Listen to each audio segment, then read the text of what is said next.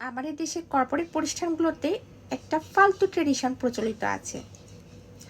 এইসব প্রতিষ্ঠানগুলোতে এমন কিছু বান্দা থাকে যারা মনে করে দেরিতে বাসায় গেলে অনেক লাভ, প্রমোশন, ইনক্রিমেন্ট, ফ্যাসিলিটি বেশি বেশি পাওয়া যাবে এবং মানুষজন বলবে খুব ভালো কাজ করছে। কোম্পানির একটা নির্দিষ্ট ওয়ার্কিং আওয়ার থাকে, কোম্পানি আপনাকে সেই মতোই পে করছে।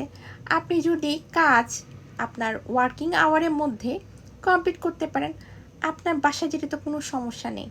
কিন্তু দুঃখের বিষয় হচ্ছে এইসব প্রতিষ্ঠানগুলোতে এমন কিছু চিড়িয়া পাবেন যারা ফ্যামিলি, বাচ্চা কাচ্চার বিপদে তারা পাশে থাকে না। ইভেন বাচ্চার বাবা বাচ্চা হওয়ার সময় কিন্তু পাশে থাকে না। এসব চিড়িয়া আবার অন্যদেরকে উৎসাহিত করে, ক্ষেত্র বিশেষে আবার বাধ্যও করে দেরিতে বাসায় যাওয়ার জন্য, বেশি বেশি কাজ করার জন্য। একটা নির্দিষ্ট ওয়ার্কিং আওয়ার পার হওয়ার পরও কিন্তু তাদেরকে অফিসে থাকতে বাধ্য করে।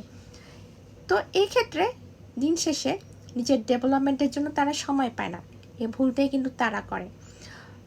কর্পোরেট প্রতিষ্ঠানগুলো যখন নিজেদের স্ট্র্যাটেজি চেঞ্জ করে, অন্য জায়গায় শিফট করে, ব্যবসা গুটিয়ে নেয়, ওনারে যখন কোনো সমস্যা হয়, যখন কর্মী ছাঁটাইয়ের দরকার হয়, তখন কিন্তু ছুরিটা আপনার উপর দিয়ে কিন্তু চলে। হ্যাঁ, সেই কারণেই বলছি, অফিসে বেশি বেশি সময় না দিয়ে আপনার কাজ আপনি করেন, ভালো কাজ শো করেন, কোনো প্রবলেম নেই। আপনি আপনার প্রমোশন পাবেন, ইনক্রিমেন্ট পাবেন, হোয়াট এভার ইট ইজ। কিন্তু অন্য অফিসে ভালো চাকরি বা ভালো সুবিধা পাওয়ার জন্য, ভালো অপরচুনিটি পাওয়ার জন্য কিন্তু আপনার নিজের পার্সোনাল ডেভেলপমেন্ট দরকার হয়।